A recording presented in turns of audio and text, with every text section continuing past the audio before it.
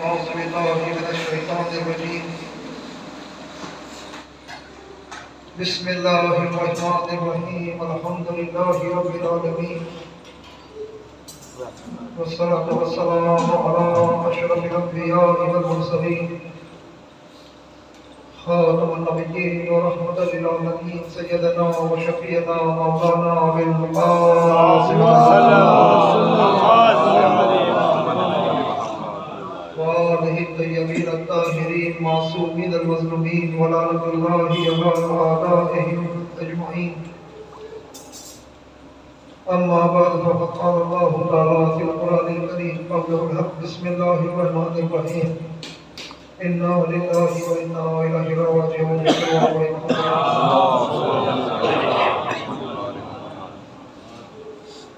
محترم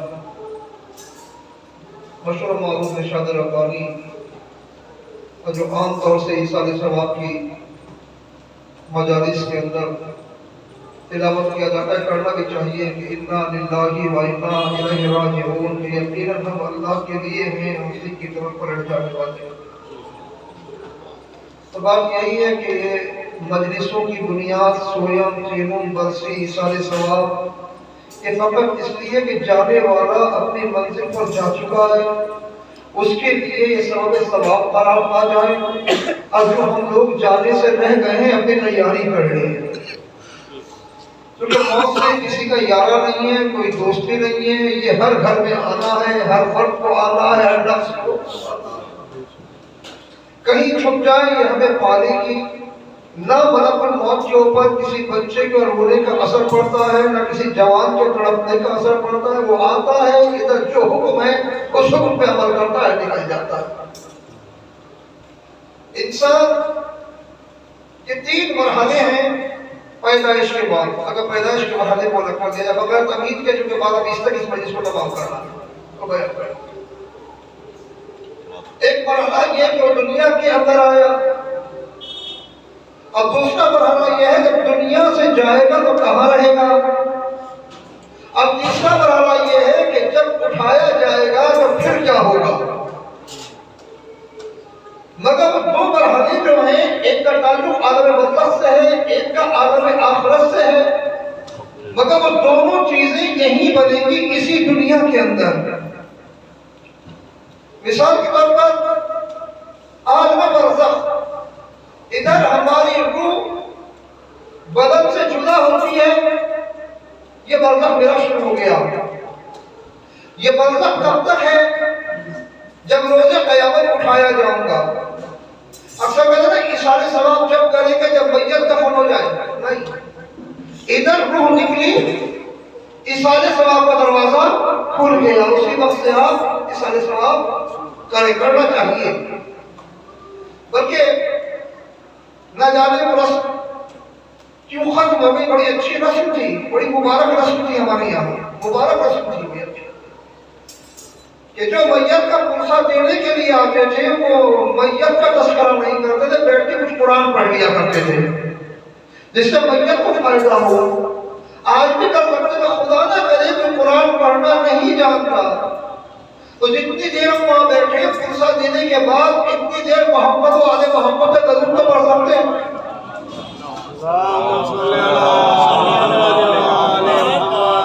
اچھا، ہماری نظر میں درود ایک چھوٹا سا کلمہ ہے، اللہم صل علی محمد و آل محمد، مگر علماء عرفان احادیث معصومین سے جب اس کے وزن کا تذکرہ بیان کرتے ہیں، اس کا تذکرہ کیا ہے، اس کا وزن کیا ہے، جب ایک بندہ کہتا ہے اللہم صل علی محمد و آل محمد، تو اس کا ثواب آپ کی دنیا کے حساب سے ملائکہ 400 سال تک لکھتے ہیں۔ ایک درود کا ثواب 400 سال تک لکھتے ہیں۔ جب بندہ دوبارہ کہتا ہے اللہم صل علی محمد و آل محمد، تو ندا آتی ہے، اے بندے ابھی تو پہلے سے فارغ نہیں ہوئے، تو نے دوسروں کی روانہ کر دیا۔ ایک چھوٹا سا درود ہم کو بھی بلندی عطا کرتا ہے، اور جس کو پڑھ کر ہم ایصال ثواب کرتے ہیں ان کے لیے بلندی کا سبب قرار پاتا ہے۔ تو میں نے کہا وہ عالم برزخ، اب وہ عالم آخرت کسی دنیا سے بنتا ہے۔ چھوٹی سی مثال بچوں کو سمجھانے کے لیے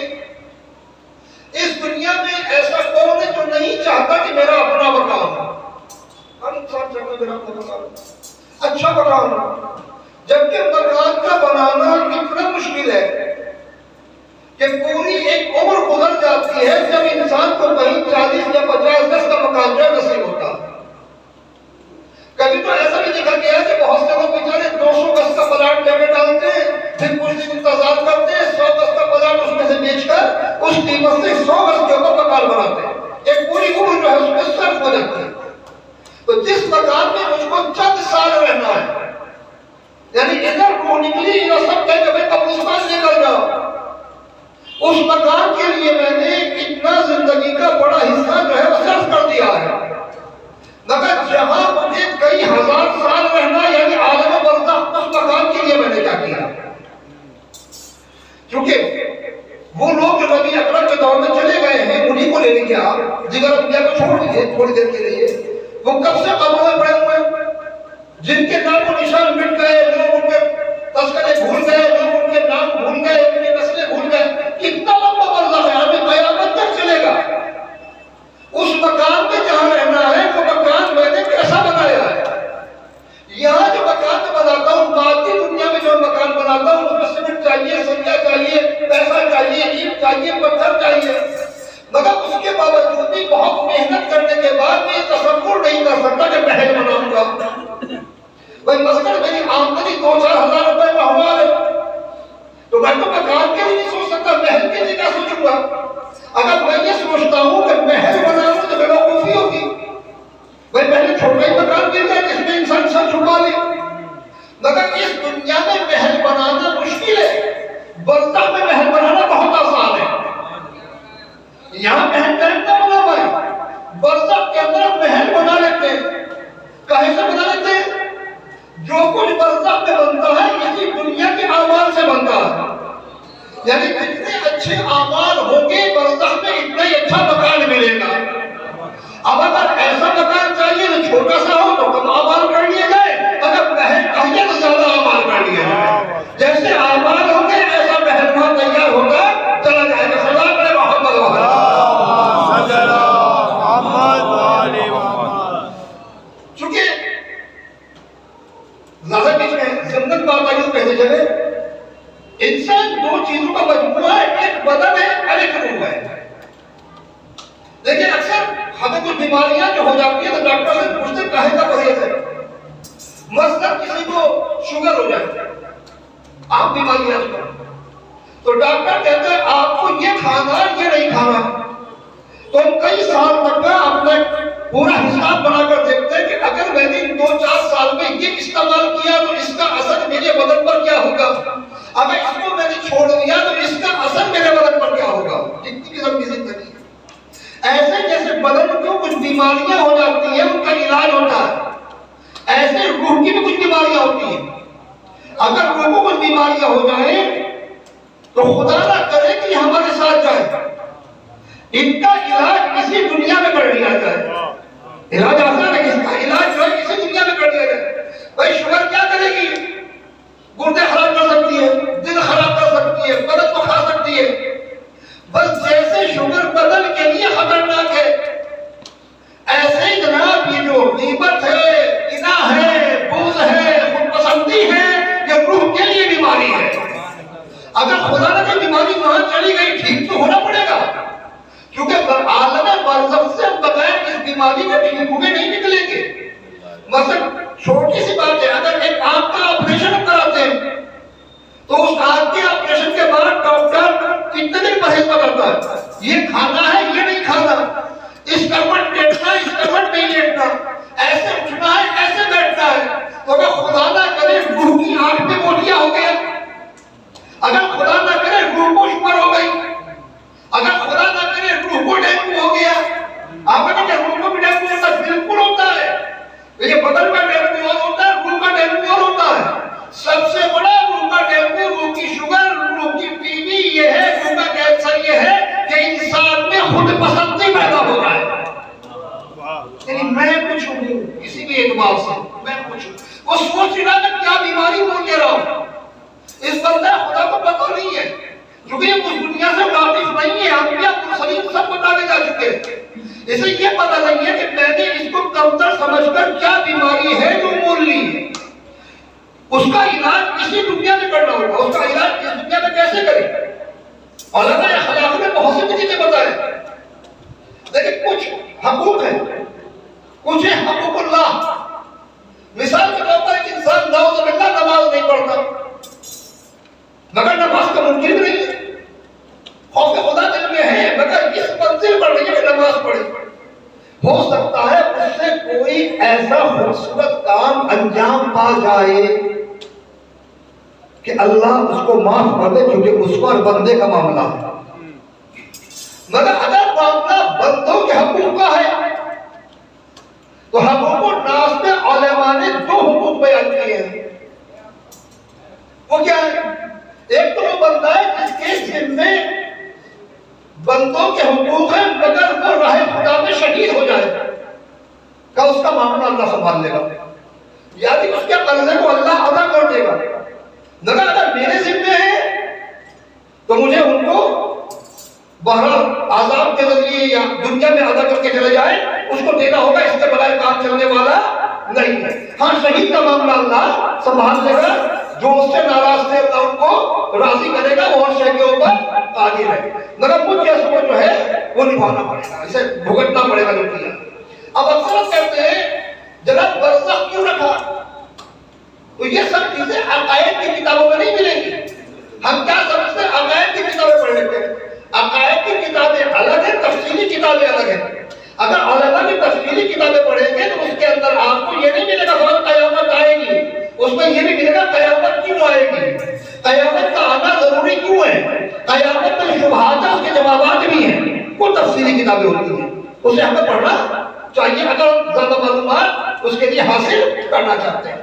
مگر یہ کہ انسان نے اگر کوئی برا عمل انجام دیا ہے، بندوں کے حقوق مارے، حقوق کا نہیں کہ پیسہ مار لے، نہیں، یہ بھی ہے کہ اگر میں نے کسی مجلس کے اندر، کسی محفل کے اندر یہ چاہے کہ اس کی پگڑی اچھلے، اس کے ناموس برباد، مثال کے طور پر اس طرح ایک چھوٹی سی چیز ہے، ناموس کو دھبا لگانا. میں اکثر کہتا ہوں ایک بہت بڑا کلمہ جو ہمارے یہاں رائج ہے استغفر اللہ، کہ وہ بہت نعوذ باللہ حرامی ہے، بہت حرامی قسم کا انسان ہے. یہ اتنی بڑی گالی ہے کہ جہنم میں ڈالے بغیر نہیں چھوڑے گی. ہم نے اس کو ہلکا سمجھ لیا، ہم اسے سمجھنے کچھ ہے کہ کسی کو یہ کہہ دینا. آپ نے مشہور روایت سنی ہوگی، کسی جملے پر ہمارے پانچویں امام نے اپنے صحابی کو اس طرح نکالا تھا کہ زندگی میں اپنے پاس نہیں آنے دیا. جبکہ امام کا وہ صحابی بیان کرتا ہے کہ جس کو میں نے جملہ کہا تھا، نعوذ باللہ حرام زادہ کہا تھا، وہ شخص غیر مسلم عورت کے پیٹ سے تھا. مگر امام نے یہ کہہ کر بات درست کر دیا، ہر قوم میں نکاح کا طریقہ ہوتا ہے، تم نے اس کی ماں کو الزام لگایا ہے، اب میرے قریب نہ آنا. اب آپ خود سوچیں کہ جب مولا ایک کافرہ کے پیٹ سے پیدا ہونے والے شخص کے لیے یہ جملہ برداشت نہیں کر رہے ہیں تو ایک مومن کے لیے کیسے برداشت کریں گے، ایک مسلمان کے لیے کیسے برداشت کریں گے؟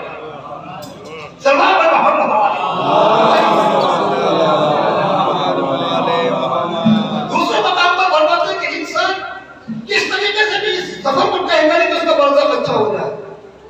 تب برزخ کو اچھا بنانے کا طریقہ یہ اپنے آپ کو کمتر سمجھو، سب کو افضل سمجھو.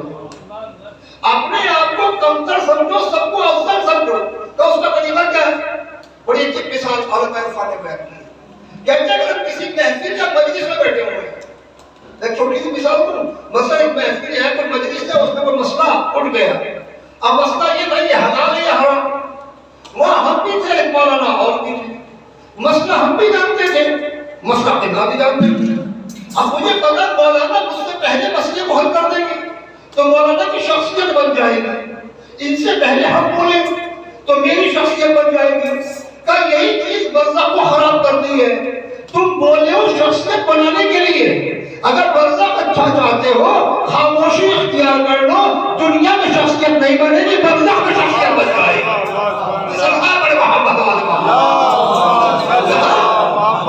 شخصیت بن جائے گی. کیونکہ میں یہاں بول رہا ہوں اپنی شخصیت دکھا. اگر مولوی صاحب بول گئے نہیں، مولوی صاحب سے پہلے ہم نے مساحت بھی کر دی ہے، تو اگر اپنی شخصیت بنانے کے لیے ایسے مثال کے طور پر اگر آخرت میں برزخ میں شخصیت بنانی ہے، بات آگے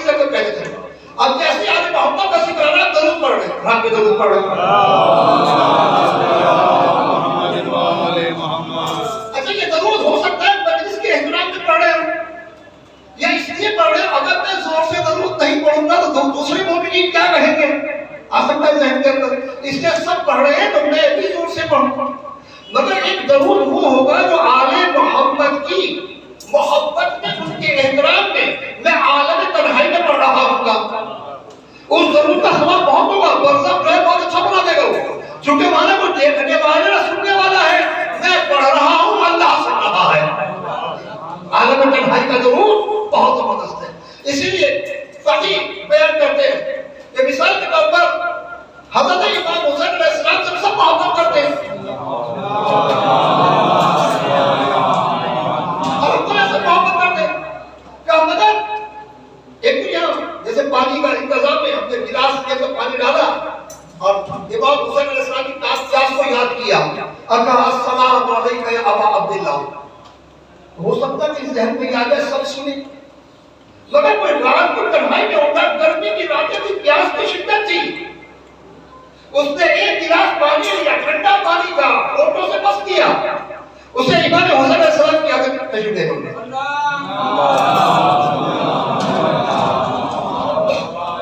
اس نے عالم تنہائی میں وہ ٹھنڈا پانی کا جو کوزہ تھا اپنے لبوں سے بس کیا، اور جیسے ہی وہ ٹھنڈا پانی اس کی زبان سے بس ہوتا ہے، اسے امام حسین علیہ السلام کی پیاس یاد آ گئی. اور ایک سیکنڈ کے لیے وہ اس کوزے کو ہٹائے، اس گلاس کو ہٹائے.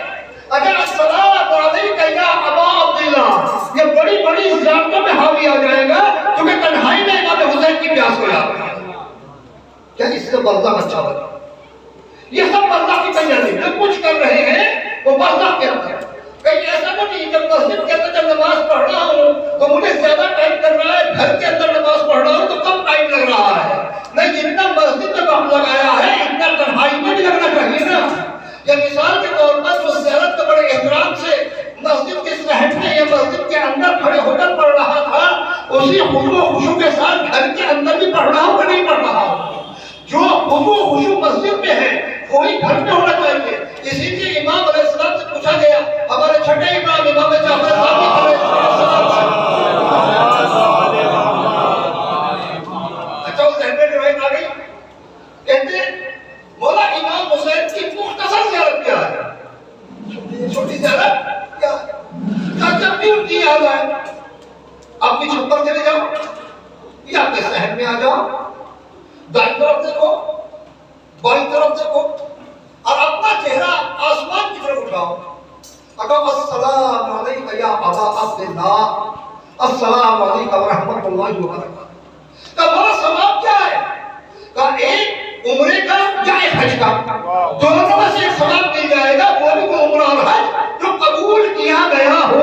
اگر انسان یہ عمل کر کے کہتے پالنے والے اس کا ثواب، میں جملہ مومنات کو احسان کرتا ہوں تو ہم انہیں مشکل میں یاد رکھیں گے، اللہ انہیں مشکل میں یاد رکھے گا. ثواب کا یہ چھوٹے چھوٹے عمل یاد رکھیں گے سارے ثواب کے. مثال کے طور پر ہمارے ایک رائے کا جیسے لکھا ہوا ہے مرغا کا نام شہید حنا زیدی بنت سید جعفر حسین زیدی. آج ہر جگہ رائے بنا رہے ہیں. اکثر چیزیں ایسی ہیں جنہیں ہم نہیں جانتے رائے ہو جاتی ہیں. مثال کے طور پر اگر یہ کہ میں یہ نہ کہوں سید جعفر حسین زیدی بنت سید جعفر حسین زیدی، تو کیا فرشتے جو جیسے آدھار کارڈ میں گھبرا ہو جاتے ہیں پریشان ہو جائیں گے کہ کون سید جعفر حسین زیدی؟ جی اچھا نام بھی نہیں کیا سید جعفر حسین زیدی. تو پتہ نہیں اب تک دنیا میں کتنے جعفر حسین زیدی گزرے ہوں گے، کتنے ظفر عباس گزرے ہوں گے، کتنے پتہ ہر نام کے بھرپور لوگ گزرے. وہاں یہ مسئلہ ہے ہی نہیں. آپ ذہن میں تصور لے آئے، پڑھنا آپ کا کام ہے، پہنچانا اللہ کا کام ہے. سب کا اللہ اتنا ہی نہیں ہے، یہ مجلس خود ایک ثواب ہے. جو ہم پڑھ رہے ہیں خود مرحومہ کے لیے ثواب ہے، جو لوگ سن رہے ہیں خود ایک ثواب ہے. مثال کے طور پر اگر ایک آدمی سڑک سے جا رہا ہے، چلیے ہم تو یہاں جو بیٹھے ہیں ان سے کوئی نہ کوئی قربت رکھتے ہیں، کسی کی پھوپھی ہے، کسی کی خالہ ہے، کسی کی ماں ہے، کسی کی بہن ہے، سب کچھ، اور کسی سے کوئی رشتہ داری بھی نہیں ہے تو مومنہ ہے. اس سے بڑی رشتہ داری کیا ہوگی؟ مگر ایک شخص سڑک سے جا رہا تھا، شیعہ بھی نہیں تھا، اس نے دیکھا ذکر خیر ہو رہا ہے، وہ آگے یہاں بیٹھ گیا. بتائیے ثواب بنتا ہے کہ نہیں؟ آگے بیٹھ گیا نا، ذکر خیر تک آیا نا. اس کا آ جانا ہی ثواب بنا دے گا، یہ ثواب کی قبر کے اندر پہنچ جائے گا۔ ثواب کی دنیا بہت وسیع ہے، وہ پڑھنا کام ہے، پہنچانا اللہ کا کام ہے۔ اور اسی چیز سے بندہ بنتا ہے۔ کبھی کبھی تنہائی کے اندر مرحومین کو یاد کر کے، کچھ آیتیں پڑھ کے، کچھ قرآن پڑھ کے، اس نیت سے بھی انسان کر دے، پالنے والے تیرے ان بندوں کو میں نے اس مصیبت میں یاد کیا ہے جو منو مٹی کے نیچے آرام کر رہے ہیں یا پریشان ہیں، اے پالنے والے یہ مشکل مجھ پر بھی آنا ہے، میں اس لیے مثال ثواب کر رہا ہوں تو اس مشکل میں میرا ساتھ دینا، تو یقیناً خدا اس مثال ثواب کو ہمارے لیے مشکل کشا بنا دے گا۔ پوچھے تو کبھی اسلام سے تو پوچھے، رسولات کے ذریعے دین کو نہ سمجھے، قرآن و حدیث کے ذریعے دین کو سمجھے۔ سلام پر محمد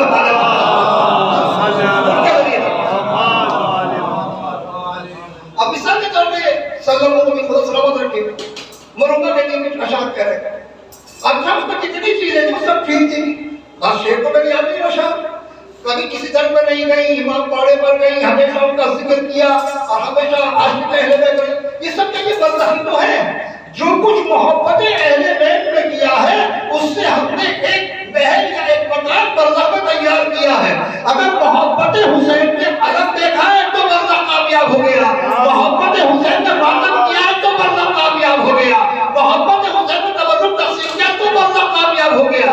اگر خدا نہ کرے گا ذرہ برابر بھی اس کے لیے یا اس کے لیے تو نہ نماز کام آتی ہے نہ عزاداری کام آتی ہے۔ مگر یقیناً کروں عاشق سید الشہداء علیہ السلام، ہم نے بچپن سے دیکھا ذکر اہل بیت، اتنا ذکر اہل بیت کیا خدا ان کے لیے بہترین ذخیرہ قرار دے اس کو اس دنیا میں بھی آخرت میں۔ بہت ذکر اہل بیت کا خدا والی برکت، تو ان کو یاد کریں خیر کے ساتھ اور اپنا برزخ بھی بنائیں۔ اگر یہ برزخ خراب ہو گیا نا پھر آخرت بھی خراب ہے۔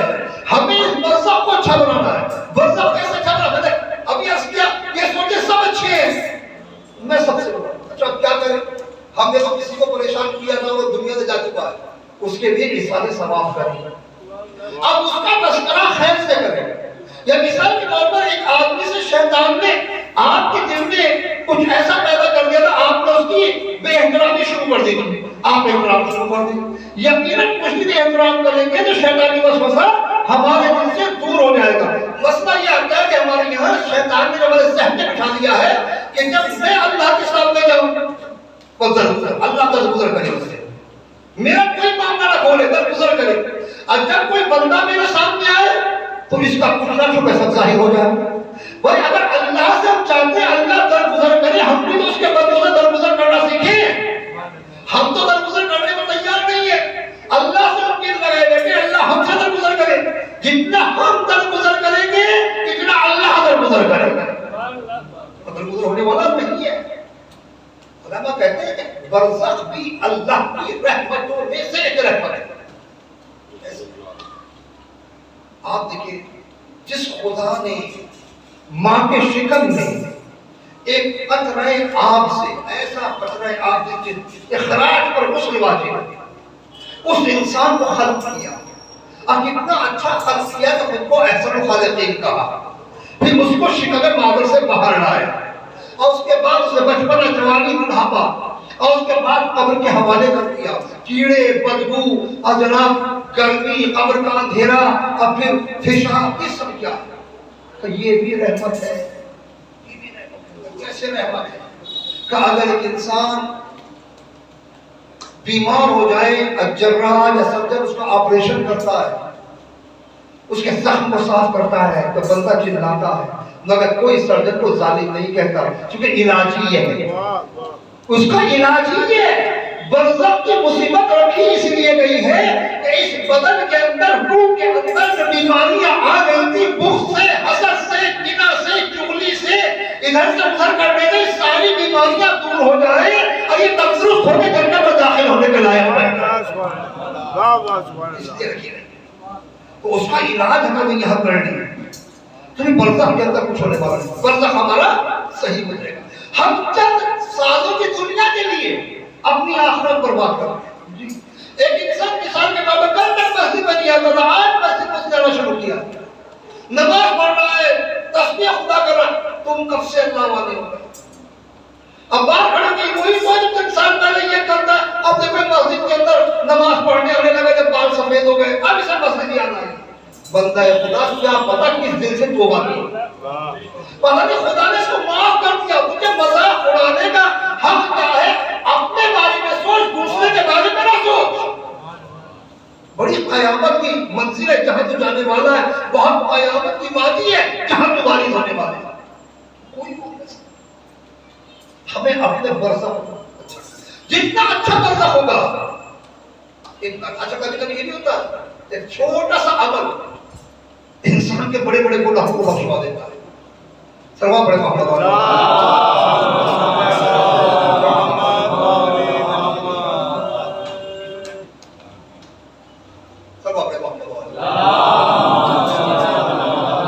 چھوٹا سا جیسے میں نے کہا سب کو اپنے سے بہتر سمجھو.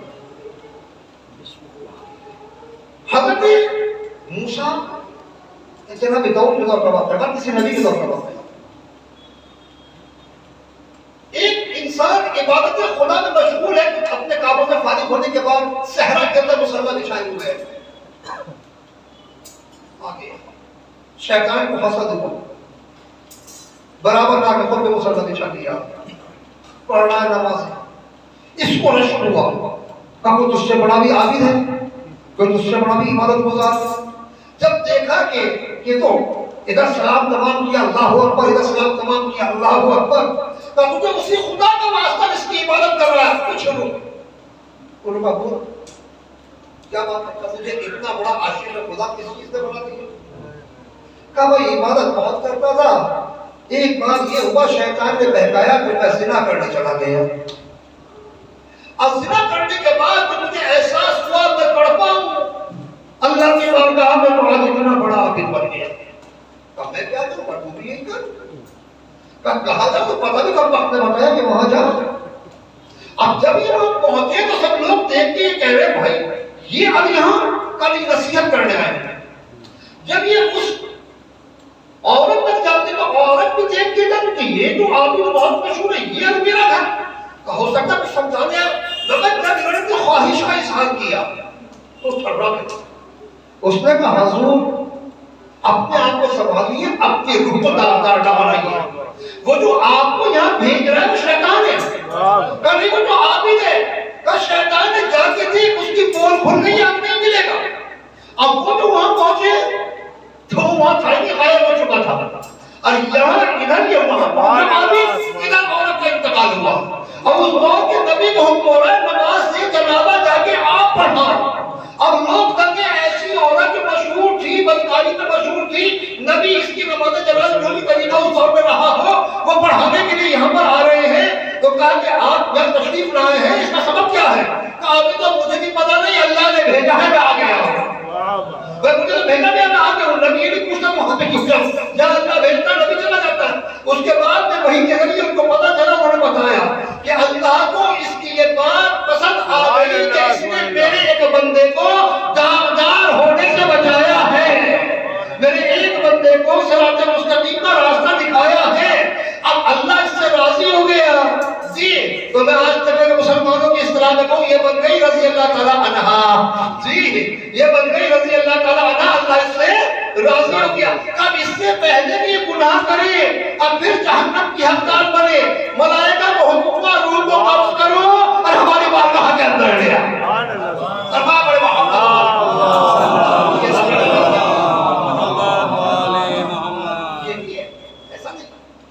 روایت میں دیکھو بڑی عجیب و غریب روایت، بڑی محمد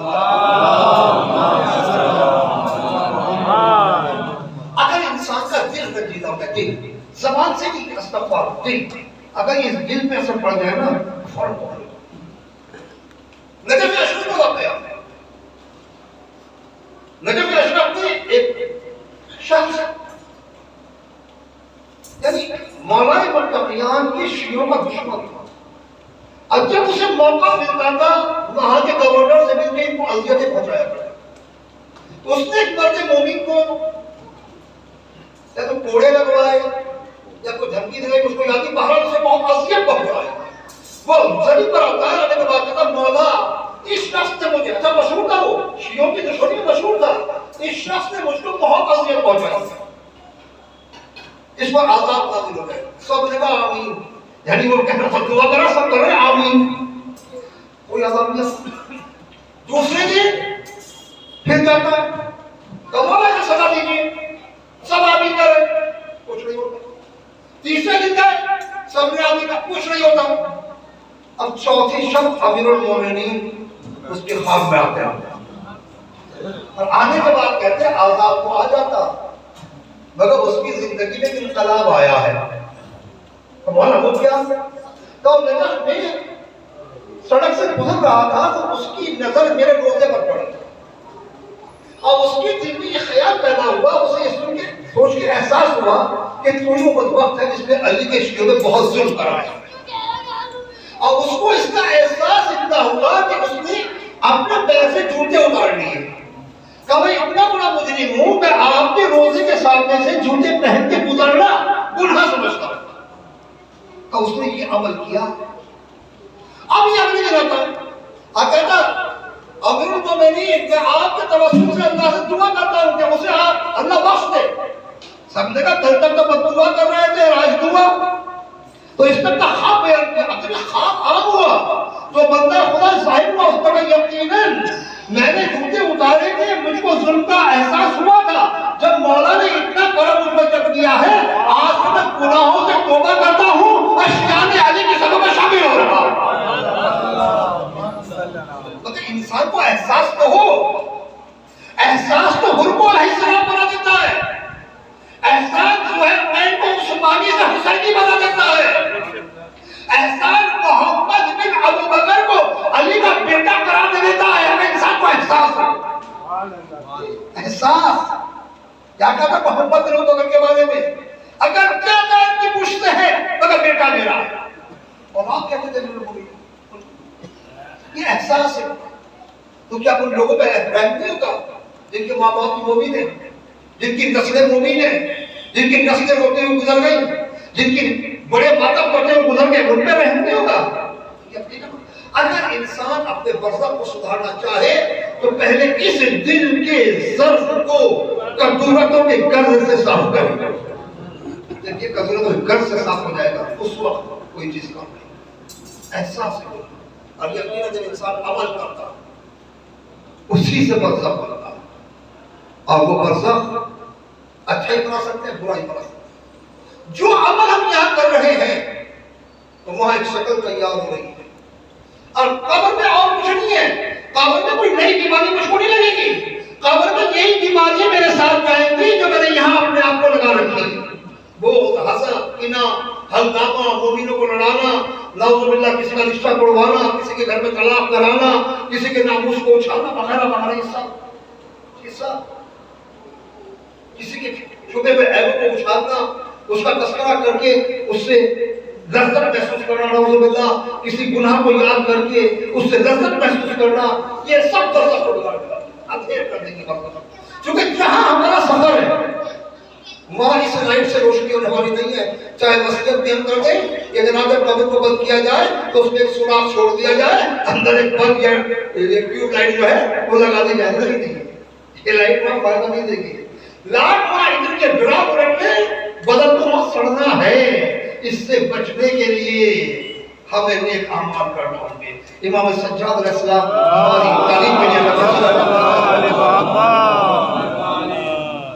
افسوس کہ ہم دعاؤں کو نہیں پڑھتے جو پوری ایک دستور حیات ہے، کہتے اللہ رحم کرنا اس وقت جب ایک تنگ اور تعلیم گڑھے میں اتار دیا تھا امام کہہ رہا تھا، جبکہ امام کے لیے چیزیں نہیں صحیح پر معاملہ بھی دعا ہے، کوئی یہ نہیں کہہ سکتا سند لاؤ، اس پہ رحم کرنا اس وقت جب یہ گوشت ہڈیوں سے جدا ہو جائے، رحم کرنا اس وقت جب ہڈیوں کے شگاف میں کیڑے اپنا گھر بنا لیں، اور رحم کرنا اس وقت جب زمین کے پیوند ختم ہو کر زمین سے مل جائیں اور منو مٹی کے نیچے قیامت کا قیام ہو، تو کوئی تو کام ایسا ہونا جو ایصال ثواب ہے۔ مثال کے طور پر آج میں ختم ہو جاؤں آپ اس سال ثواب کرنے کی اولاد اس سال ثواب کرے گی. اتنے لوگوں کو کبھی یاد آئیں گے کسی کو طرح ساتھ کیا اس سال ثواب کر لے گا. مگر ایک وقت تو ایسا ہے کہ لوگ ہمیں بھول جائیں گے نا, بھول جائیں گے. ہم پتہ نہیں اپنے کتنے مذہبوں کو بھول گئے. کسی کے ہاتھوں میں دادا پردادا سفر دادا اس سے اوپر پوچھ کے بتائیے کسی سے بھی کہوں کہ آپ سب بھول چکے. اب کیا کوئی عمل ایسا کرنے کہ سب بھول جائے اللہ نہ بھولے. بس رب تک بس آئے عمل بتائے گا تو اس کو ذہن تشکیل کرے گا. وہ ہمارے لیے بھی مفید ہے, امر ہوئے کے لیے مفید ہے. مثلا میت کو دفن کرنے کے بعد اب ایک رسمی طور کے اوپر انعام کرنا پڑتا ہے قبر کے اوپر انگلیاں گاڑ کے. یہ اس وقت کے لیے ہے, انکار نہیں ہے, اس کے علاوہ بھی ہے. اتنا اچھا عمل ہے کہ کوئی ریاکاری آ ہی نہیں سکتی. اتنا اچھا عمل ہے کہ بغیر قبول ہوئے رہ ہی نہیں سکتا. میرے اور آپ کے چھٹے امام امام جعفر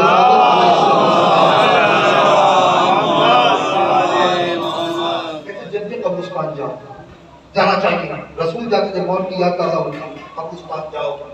ولی نہیں بن سکتے باہر قبرستان جانا پڑے گا. بیٹھے پچھلے قبروں پہ ہاتھ رکھ کے ایسے ہی نام کرنا پڑے گا. 10 کا 11 مرتبہ اس کا ثواب صاحب قبر کو ہدیہ کر دیں. تو امام سے راوی نے پوچھا کہ اس کا اثر کیا ہوگا. کہ خدا اسی وقت ایک فرشتے کو معین کرے گا جس کو حکم یہ ہوگا کہ عبادت کر, فرشتے کی عبادت. اس کا ثواب اس صاحب قبر کو پہنچاتا ہے. یہاں تک کہ روز حشر جب یہ قبر سے نکلے گا تو اس فرشتے کی عبادتوں کے ثواب کے ساتھ پلس امنان زلزلہ کا ثواب اس کو کھینچ کے جنت میں لے جائے. بتائیے گا 50 100 200 500 قبروں پہ اپنی زندگی میں یہ عمل کر دیں تو کتنے فرشتے ہم نے بٹھائے امام کے اس قول کی روشنی میں. آج جب ہم اتنا رحم اس کے بندوں پہ کریں گے تو کیا خدا ہمارے اوپر رحم نہ کرے گا. ہم کسی کے سارے ثواب کے محتاج نہیں ہوں گے, ثواب پہنچتا ہے. عزیزو ایک ماں کے سارے ثواب کی وجہ سے روایات میں لکھا ہے خدا رحمتی کو سب نے جگہ عطا فرمائے. ہم مرحومہ کو جناب زہرا میں جگہ عطا فرمائے. یقیناً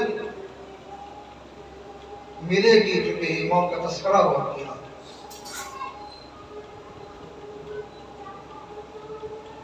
کہتے ہیں چند مقامات ہیں جہاں عرش خدا ہلتا ہے. عرش خدا ہلتا ہے. ان میں سے ایک مقام تو یہ ہے جب کسی بچے کی ماں گزر جائے اور بچہ رات کو ماں کو ڈھونڈنے کے لیے ہاتھ بھرا ہے, عرش خدا مل جاتا ہے. میں یہی سے سوال کرتا ہوں کہ اگر ایک عام بچہ وہ ماں کو ڈھونڈنے کے لیے ہاتھ بڑھائے تو عرش خدا ہل جائے. جب حسن و حسین ماں کو ڈھونڈنے کے لیے تڑپے اور ہاتھ بڑھائے عرش خدا کیسے نہیں ملتا. کیا عزیزوں وہ حسن و حسین آپ کی والدہ معصومہ ذاکرہ تھی. ان کے ذکر کے صدقے میں اتنی عزت پائی آپ دل کھول کے رو بھی رہے تھے, پرسا بھی قبول کر رہے تھے, مومنین آ بھی رہے تھے. سب کو پتا تھا وہ دنیا سے سفر کر گئی. مگر فاطمہ تو اس دور پرآشوب میں دنیا سے گئی ہے کہ جہاں گھر میں بیٹے ہیں, شوہر ہیں, بیٹیاں ہیں, مگر آواز سے رو نہیں سکتے. کیونکہ فاطمہ کی وصیت ہے مخالفین جنازے میں نہ آئے. اور روایات میں ملتا ہے جناب فاطمہ کی وفات جو ہے, شہادت جو ہوئی ہے, وہ نماز ظہرین پڑھنے کے بعد ہوئی ہے, تب رات میں ہوئی ہے. یعنی ظہرین سے لے کر رات تک حسین کتنا بھٹکے ہوئے ہوں گے, علی کتنا بھٹکے ہوئے ہوں گے, زینب کلثوم کتنا بھٹکے ہوئے ہوں گے. اب رات کا سناٹا کہ جس میں حسب وصیت امیر المومنین نے فاطمہ کو غسل دیا ہے. مگر یہ وہ مقام تھا کہ جہاں علی جیسا بہادر رویا آواز سے, اور جناب سلمان نے, جناب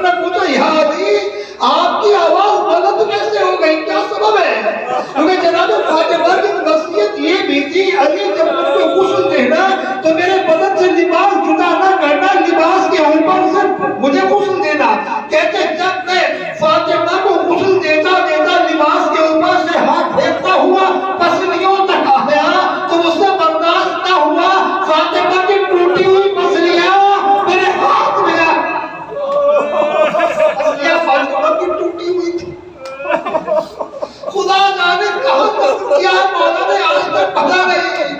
تین جگہ زیارت پڑی جاتی ہے، بقی میں زیارت پڑھتے ہیں، ریاضی کرنا میں زیارت پڑھتے ہیں، آپ کا جو گھر ہے مسجد میں داخل ہو گیا ہے وہاں زیارت پڑھی جاتی ہے۔ جس کی جو جگر پوش ہے رسول تھی، جس کے احترام میں پیغمبر کھڑے ہو جاتے تھے، جس کے صدقے میں ہم کو یہ عزتیں نصیب ہو رہی ہیں، اس فاطمہ کی قبر اس زمانے میں بس وقت کا امام جانتا ہے اور کوئی نہیں جانتا۔ قبر آئی بڑی پوشیدہ رکھی، بس امام جانتے تھے۔ عزیزوں تعجب ہے اتنا ظلم اس فاطمہ پر کہ جس فاطمہ کو دیکھ کر پیغمبر کھڑے ہو جاتے تھے۔ بھئی سب کو انتظار ہوتا ہے نا، کوئی گزر گیا تو کوئی پرسہ دینے آئے گا، شاید فاطمہ کو بھی انتظار رہا ہوگا